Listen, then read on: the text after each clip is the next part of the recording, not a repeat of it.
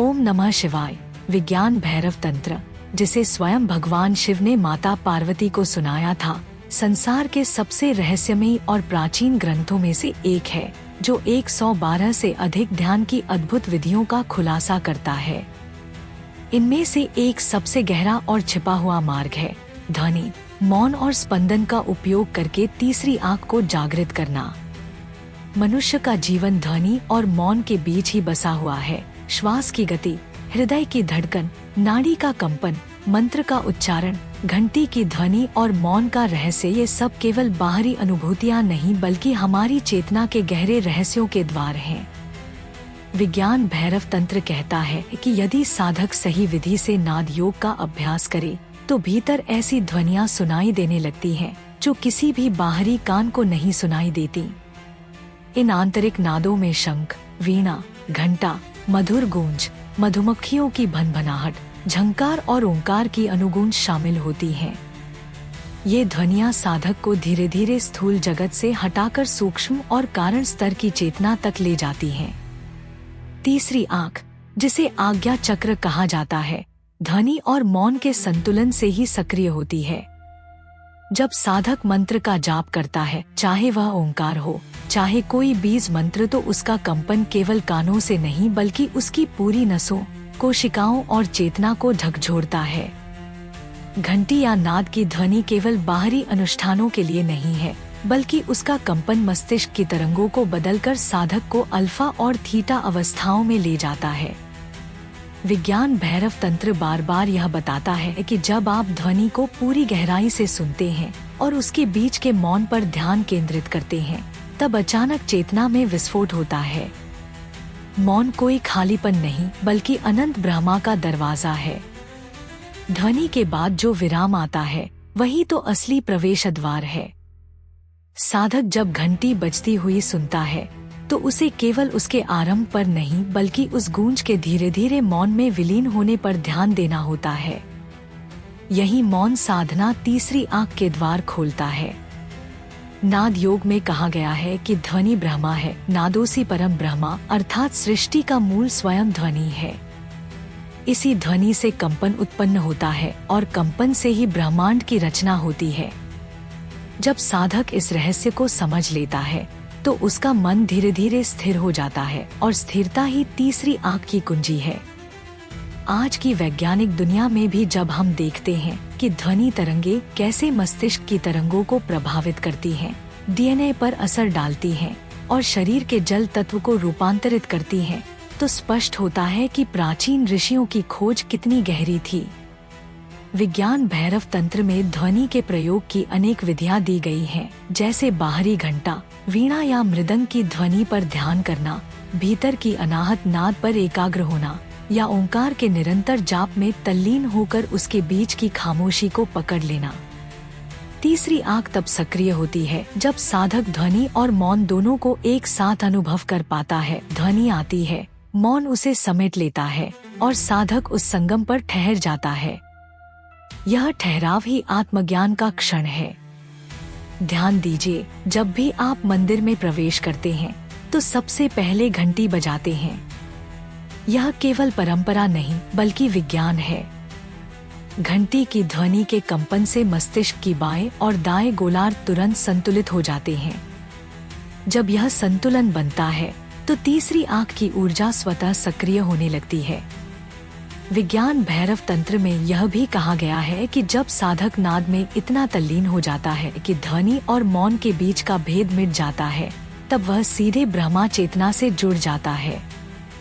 मौन का अनुभव केवल कानों से नहीं बल्कि पूरे अस्तित्व से किया जाता है। जब कोई साधक ध्वनि से मौन की ओर जाता है तो यह यात्रा उसकी आत्मा को गहरे अंधकार से प्रकाश की ओर ले जाती है। तीसरी आंख का खुलना कोई चमत्कार नहीं बल्कि साधना का परिणाम है। ध्वनि के कंपन से पीनियल ग्रंथि सक्रिय होती है, जो तीसरी आंख का जैविक आधार है। जैसे जैसे साधक नाद योग और मौन ध्यान में डूबता है, उसकी चेतना ब्रह्मांडीय चेतना से जुड़ने लगती है। इसी से उसे दिव्य दृष्टि, गहन शांति और आत्मबोध का वरदान मिलता है। विज्ञान भैरव तंत्र यही सिखाता है कि साधना किसी बाहरी वस्तु से नहीं बल्कि स्वयं के भीतर की ध्वनि और मौन से करनी है। अंततः यही मार्ग साधक को मोक्ष, समाधि और शिव तत्व तक पहुंचाता है। यही कारण है कि यह तंत्र आज भी उतना ही प्रासंगिक है जितना सहस्रों वर्ष पहले था। यह केवल एक आध्यात्मिक अभ्यास नहीं बल्कि जीवन की दिशा बदलने वाली गुप्त कुंजी है। इसलिए साधक यदि पूरे समर्पण के साथ ध्वनि और मौन की साधना करे तो उसका जीवन ही बदल सकता है। निष्कर्ष के रूप में विज्ञान भैरव तंत्र का यह गहन रहस्य हमें यह सिखाता है कि साधना केवल बाहरी अनुष्ठानों तक सीमित नहीं है बल्कि इसका असली स्वरूप भीतर की यात्रा है। ध्वनि और मौन का अद्वितीय संगम हमें यह एहसास कराता है कि हम केवल शरीर और मन नहीं बल्कि शुद्ध चेतना हैं। जब साधक ध्वनि की लहरों को सुनना सीखता है और उसके बीच के मौन को पकड़ लेता है, तब वह धीरे धीरे तीसरी आंख की ऊर्जा को जागृत करता है। तीसरी आंख केवल भविष्य देखने का कोई चमत्कारी साधन नहीं बल्कि यह वह केंद्र है जहां साधक वास्तविकता की परतों को भेद कर सत्य को अनुभव करता है। विज्ञान भैरव तंत्र में जो नाद साधना, मौन साधना और कंपन साधना का उल्लेख है, वह केवल ध्यान की तकनीकें नहीं बल्कि आत्मा को ब्रह्मा चेतना से जोड़ने वाले सेतु हैं। आधुनिक युग में जहां इंसान तनाव, चिंता और भ्रम में फंसा हुआ है, वहां यह साधनाएं मानसिक शांति और आत्मिक शक्ति का स्रोत बन सकती हैं। वास्तव में यदि साधक इस साधना को धैर्य, निष्ठा और श्रद्धा से करता है तो धीरे धीरे उसका मन स्थिर हो जाता है और उसकी चेतना एक ऐसे बिंदु पर पहुंचती है जहां न समय बचता है, न स्थान, केवल अनंत मौन और अनंत ध्वनि का अनुभव होता है। यही अनुभव तीसरी आंख के खुलने का है। जब यह केंद्र सक्रिय होता है तो साधक को न केवल दिव्य दृष्टि प्राप्त होती है बल्कि उसकी अंतरात्मा भी निर्मल हो जाती है। वह संसार को वैसा देखता है जैसा वह है, बिना किसी भ्रम और माया के। यही तंत्र का वास्तविक उद्देश्य है, भय और भ्रम से मुक्ति और आत्मा को सत्य का बोध। आज के समय में जब इंटरनेट और आधुनिक शिक्षाएं हमें अनेक व्याख्याएं देती हैं, तब विज्ञान भैरव तंत्र का यह संदेश और भी महत्वपूर्ण हो जाता है। यह हमें याद दिलाता है कि असली शक्ति बाहरी चमत्कारों में नहीं बल्कि अपने भीतर की चेतना को जगाने में है। ध्वनि से मौन तक की यह यात्रा साधक को साधारण मनुष्य से दिव्य चेतना तक ले जाती है। यही मार्ग आत्मा को उसकी असली पहचान कराता है।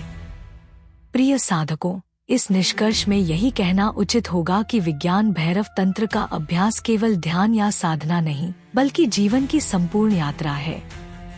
यह हमें सिखाता है कि ध्वनि और मौन दोनों ही शिव हैं। यदि आप अपने जीवन में वास्तविक शांति, शक्ति और दिव्यता का अनुभव करना चाहते हैं तो इस साधना को अपनाएं।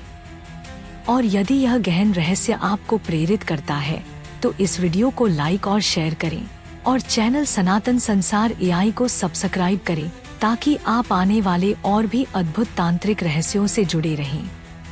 जुड़िए, साधना कीजिए और अपने भीतर की तीसरी आंख को जागृत कीजिए। ओम नमः शिवाय।